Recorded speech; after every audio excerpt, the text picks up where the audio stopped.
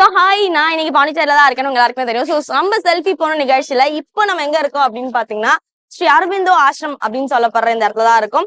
So நம்மளோட பாண்டிச்சேரியோட மிக முக்கிய அடையாளமா இருக்க இந்த அரவிந்தோ ஆசிரமோட வரலாறை தான் நான் உங்களுக்காக சொல்ல போறேங்க.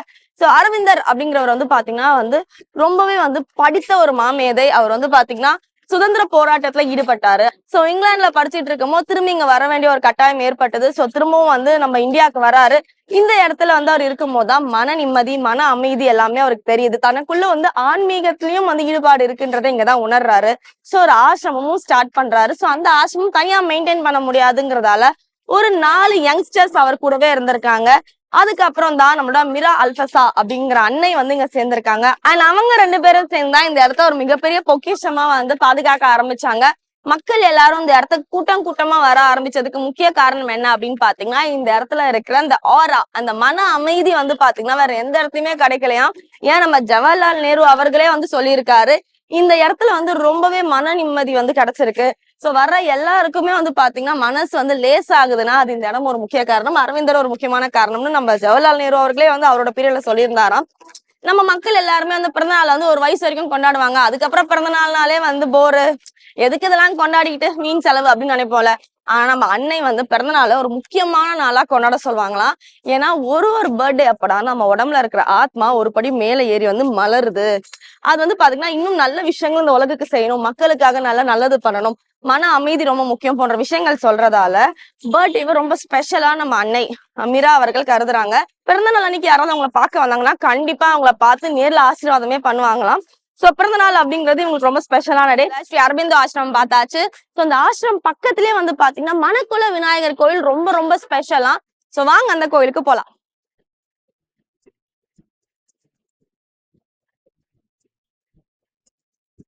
ஒரு சில கோயிலுக்குள்ளதான் யானை இருக்குன்னு வாங்க, இந்த கோயில இருக்குன்னு இருக்காங்க. நான் போய் பார்க்க போறேன் வாங்க.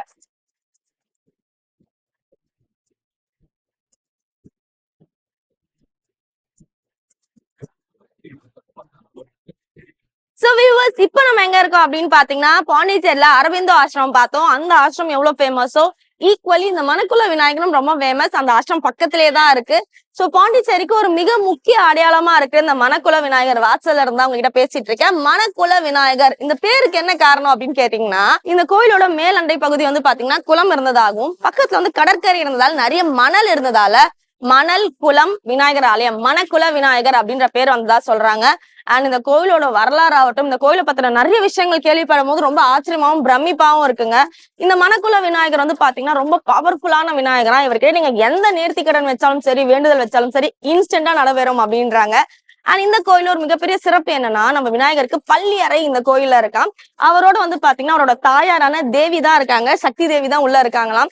அது மட்டும் இல்லாம இந்த விநாயகருக்கு பாத்தீங்கன்னா திருக்கல்யாணம் இங்கதான் இருந்திருக்கு, சித்தி புத்தி இங்கதான் இருந்திருக்காங்க. சோ திருக்கல்யாணம் இங்க நடந்திருக்கு.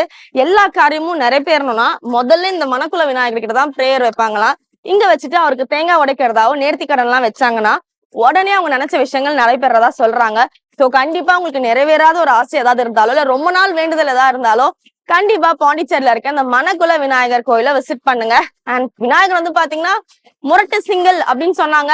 நானும் முரட்டு சிங்கிளா தான் இருக்கேன். ஆனா கடைசியில பார்த்தா அவருக்கு சித்தி புத்தின்னு 2 பேர் இங்க இருக்கிறதா சொல்லியிருக்காங்க. முரட்டு சிங்கிளுக்கே இங்க ஆள் கிடைச்சிருக்கும் போது எனக்கும் ஏதாவது ஒரு ஆள் கிடைக்குதான்னு பாக்கலாம். பட் பிஃபோர் தட் உள்ள போய் ஒரு பிரேயரை போடலான்னு இருக்கேன். So please follow me. கோயிலுக்கு நான் அதோட மெயின் காரணம் என்னன்னு சொல்லிட்டேன். முரட்டு சிங்களா எவ்வளவு நாள் தான் இருக்கிறது, பிள்ளையாருக்கு இங்க கல்யாணம் இருக்கு, நமக்கும் ஆகுன்ற நம்பிக்கையில வந்தேன். என்ன மாதிரி இவனுங்களும் நினைச்சு வந்திருக்கானுங்க போல. இவனுங்க கிட்ட பேசுவோம். உங்க பேரு? ராம்குமார். ராம்குமார். சோ உங்க பூர்வீகம் எது? இங்கதானா? இல்லங்கா, சேலம். சேலத்துல இருந்து எதுக்கு இங்க வந்திருக்கீங்க? பாண்டிச்சேரி. ஆனா கோயில் வந்திருக்கியா? அதான் ஆச்சரியமா இருக்கு. கோயிலுக்கு வந்தோமே. ஓ அப்படி ஃபுல் என்ஜாய்மெண்ட் தான். உங்க பேரு? என் பேரு விஸ்வா. விஸ்வா. சோ விஸ்வா, நீங்க சொல்லுங்க, பாண்டிச்சேரியில என்ன வேலை? பாண்டிச்சேரியில என்ன வேலை? எல்லாத்துக்கும் தெரிஞ்சதான். தெரிஞ்சதால கோயில் வந்திருக்கீங்க. குட் பாய்ஸ், பரவாயில்ல. உங்க பேரு? ஜீவா. ஜீவா. சோ ஜீவா பேசிக்கலி ரொம்ப சைலண்டா நீங்க? என்ன மாதிரி போல. ஓகே, உங்க பேரு? சக்திவேல். உங்க பேரு? கபிலேஷ். கபிலேஷ். பாக்க அப்படியே பக்தி பழமா இருக்கே கபிலேஷ். டீம்ல நீ தான் நல்லவனோ? ஆமா, நீங்க எல்லாருமே பேட் பாய்ஸ், நான் ஒருத்தன் தான் நல்லவன். ஓகே, நம்பலாமா? போய் போய். உங்க பேரு? விக்ரம்ங்க. விக்ரம். யார் ஃபேன் நீங்க? தல. தல. ஓகே, விக்ரம் தல. ஓகே, சேர்த்துக்கலாம். ஹீரோயின்ல யாரு பிடிக்கும்? ஹீரோயின் நாட் சமந்தா ஏய் நாட் இன்ட்ரெஸ்டடா சமந்தா இந்த முகத்துக்கு ஹீரோயின் மேல நாட் இன்ட்ரெஸ்டட் நம்புற மாதிரியா இருக்கு. தலைக்கு ஜோடியா எந்த ஹீரோயின் நடிச்சா நல்லா இருக்கு? நல்ல வைஃப் தான். சாரி, வேற ஒண்ணுமே சொல்ல முடியாதுங்க. சோ நீங்க யாரோட ஃபேன்? நான் தளபதியா தளபதி ஃபேன். சோ தளபதிக்கு வந்து ஆன் ஸ்கிரீன்ல எந்த ஹீரோயின் சூப்பரா இருக்காங்க? சமந்தா. சமந்தா. உங்களுக்கு யார் பிடிக்கும்? விஜய். விஜய் தான். So favourite heroine? சமந்தா தான். சமந்தா. ஏய் அவன் நயன்தாராங்கற மாத்திட்டியா? அவருக்கு நயன்தாரா படத்துல இருந்து சம்மந்தம் தானே. கல்யாணாலயே மாத்திட்டான்னு நினைக்கிறேன். சமந்தா தான். இல்ல சமந்தா தானா? ஓகேங்க. உங்களுக்கு யார் பிடிக்கும்? தளபதி. தளபதி தான். அவர மாதிரி அதனால சைலண்டா இருக்கீங்களோ? ஏய் ரொம்ப சமத்தா இருக்கா இந்த டீம்ல. எப்படிப்பா இந்த டீம்ல வந்து நீங்க சேர்ந்த? அவரை அப்படியே நைட் நேரத்துல பார்க்கணும். இதோட ஆப்போசிட் வெர்ஷனா பாப்பீங்க. அப்புறம் எங்க? Good boy. I am a good boy. வீட் எடுத்தா தெரியும். ஓகே உங்களுக்கு வந்து தளபதி தான். ஹீரோயின் யாரு? சனிலியும். என்ன சொன்ன? என் காதுல தப்பா விழுந்துருச்சா? யார சொன்னீங்க? சனிலியும் தான். ஓகே உங்களுக்கு யார பிடிக்கும்? தளபதி தான் பிடிக்கும். தளபதி. ஹீரோயின்? நயன்தாரா. நயன்தாரா. நயன்தாரா திருமணத்தை பத்தி உங்க கருத்து? கஷ்டமா தான் இருக்குது. என்ன பண்றது? உங்களுக்கு யாரு பிடிக்கும்? தளபதி. தளபதி தான். Super bro. இவர் தாங்க அப்படியே பக்தியா தெய்வீகமா சிரிப்புலயே ஒரு அழகா இருக்காரு. ஹீரோயின் யாரு பிடிக்கும்? அஸ்ரியா. நஸ்ரியா. அவங்களுக்கு எப்பயோ கல்யாணம் ஆயிடுச்சு. அவங்க கல்யாணம் பண்ணி என்ன ஃபீல் பண்ணீங்க? வெளியில ஏதோ பாலிச்சேரி வழிட்டு இருக்கீங்க. அப்ப வண்டி வர ஆரம்பிச்சவதான் இப்ப வரையும் வந்துட்டு இருக்கீங்க. ஆல்ரைட். சோ மணக்குள விநாயகர் கிட்ட வந்து தரிசனம் முடிச்சுட்டு வெளில வரும்போது ஒரு கியூட்டான ஃபேமிலி கண்ணுல மாட்டினாங்க. எப்படி நான் மிஸ் பண்ணுவேன்? சோ அவங்களதான் புடிச்சு வச்சிருக்கேன். இவங்க கிட்ட பேசலாம். சோ ஃபர்ஸ்ட் இவங்க கிட்ட குடும்ப தலைவி கிட்ட பேசுவோம். ஹாய், உங்க பேரு? என் பேர் பிரியா. பிரியா. பிரியான்ற பேர்ல 1,00,000 பேர் இருக்காங்க. நீங்க எப்படிங்க கஷ்டத்துல இருந்து சமாளிக்கிறீங்க? என்ன பண்றது? நீங்க படிச்ச போது உங்க கூட ஒரு 10 பிரியா படிச்சிருப்பாங்க. கண்டிப்பா இனிஷியல் கூட மேட்சிங்கா இருக்கும் சில டைம். கஷ்டம். யூனிவர்சல் நேம் பிரியாங்கிறது. ஆமா. ஓகே. பாப்பா பேரு? அக்ஷதா. அக்ஷதா. அப்படியே உங்க ஜெராக்ஸ் அக்ஷதா. ஓகே சார், உங்க பேரு? அசோக். அசோக். ஓகே. அக்ஷதா எந்த கிளாஸ் படிக்கிறீங்க? 4th standard. 4th போயிட்டீங்களா? நான் யூகேஜி எல்கேஜி நினைச்சனே. அப்படியே குட்டி பேஸ் இருக்கு உங்களுக்கு. சோ பிரியா மேம் யாரோட ஃபேன்? நான் எப்போதுமே ரஜினி சார் தான். ஐயோ ஐஃபை கொடுக்க முடியல. ஓகே. எனக்கு வந்து சூப்பர் ஸ்டார் தான் பாத்தீங்க. Okay super. So super star வந்து எந்த படம் நடிச்சாலும் மாசா இருக்கும். கண்டிப்பா. அது ஏதோ ஒரு படம் மட்டும் அந்த படத்துக்குள்ளேயே நம்ம வாழ்ந்திருப்போம். அந்த மாதிரி நீங்க ஃபீல் பண்ண மூவி ஏதாவது இருக்கா? எனக்கு படையப்பா ரொம்ப பிடிக்கும். நம்ம அப்பா பார்க்கும் பழைய பாப்பா இருக்குமே. Okay super. சோ நம்ம சூப்பர் ஸ்டாருக்கு பெர்ஃபெக்ட் ஜோடி யாருன்னு நினைக்கிறீங்க? அந்த காலத்துல மீனா அவங்கதான் இல்ல? ஆமா. அந்த காம்பினேஷனே நல்லா இருக்கும். ரொம்ப சூப்பரா. எஜமான்லாம் ரொம்ப சான்ஸே இல்லாத. என் மனசுல உள்ள பாரம் அப்படியே நினைக்கிறதெல்லாம் சொல்றாங்க. பிரியா, உங்களுக்கு எந்த ஹீரோ பிடிக்கும்? சிவகார்த்திகேயன். சிவகார்த்திகேயன் எவ்வளவு போல்டா பேசுவாரு தெரியுமா? அவரோட ஃபேன் இப்படி இருக்கலாமா? சூப்பர். உங்களுக்கு யார் சார் பிடிக்கும்? எனக்கு தலை அஜித் தான் பிடிக்கும். அஜித் தான் பிடிக்கும். சூப்பர். சோ தலையுமே மாசுதான். தலையோட படத்துல பிடிச்ச படம்? எல்லா படமும் பிடிக்கும் எனக்கு. ஏதாவது? பிரகாஷம் ரொம்ப பிடிக்கும். ஆமா. அப்பா சென்டிமெண்ட். ஓ தலை நயன்தாரா பாப்பா. ஓகே. ஒரு விஸ்வாசம் ஃபேமிலியோட தான் இருக்கோம் நம்ம. அக்ஷுக்குட்டி உங்களுக்கு என்ன பாட்டு பிடிக்கும்? ஜலபல ஜங்கு. ஜலபுல ஜங்க. அதெல்லாம் கரெக்டா சொல்லு. எந்த கிளாஸ்ல அப்படிங்கிறா. இப்போ நம்ம எங்க இருக்கோம் அப்படின்னு பாத்தீங்கன்னா பாரதி பூங்காக்குள்ள இருக்கிற ஆயி மண்டபம் முன்னாடிதான் இருக்கும். இது எங்க இருக்கு அப்படின்னு பாத்தீங்கன்னா பாண்டிச்சேரியோட சட்டப்பேரவைக்கு அப்படியே ஆப்போசிட்ல தான் இருக்கு. சோ இந்த பாரதி பூங்கால இருக்கிற ஆயி மண்டபத்தோட வரலாறு என்ன அப்படின்னு கேட்டீங்கன்னா, நம்ம கிருஷ்ணதேவராயர் மன்னர் வந்து பாத்தீங்கன்னா வேலூர்ல இருந்து தன்னோட வேலையை முடிச்சுட்டு இந்த வழியா வந்து திரும்ப போய்கிட்டு இருந்தாராம். போய்கிட்டு இருக்கும் போது வந்து ஒரு மாளிகை வந்து ஒளி வெள்ளத்துல இருக்கவும் அதை பார்த்துட்டு ஏதோ கோயில் போல அப்படின்னு நினைச்சு வந்து வணங்கியிருக்காரு. உடனே பக்கத்துல இருக்கிறவங்க மன்னா இது வந்து கோயில் கிடையாது, ஒரு தேவதாசியோட வீடு அப்படின்னு சொன்னோடனே மன்னருக்கு செம்ம கோவம் வந்துருச்சான். இந்த வீட்டை நீங்க இடிச்சு ஆகணும் அப்படின்னு சொல்றாரு. சோ அந்த பெண்மணி என்ன பண்ணிருக்காங்கன்னா ஆசாசியா கட்டின அந்த மாளிகையை மன்னர் இடிக்க சொல்லிட்டாரு.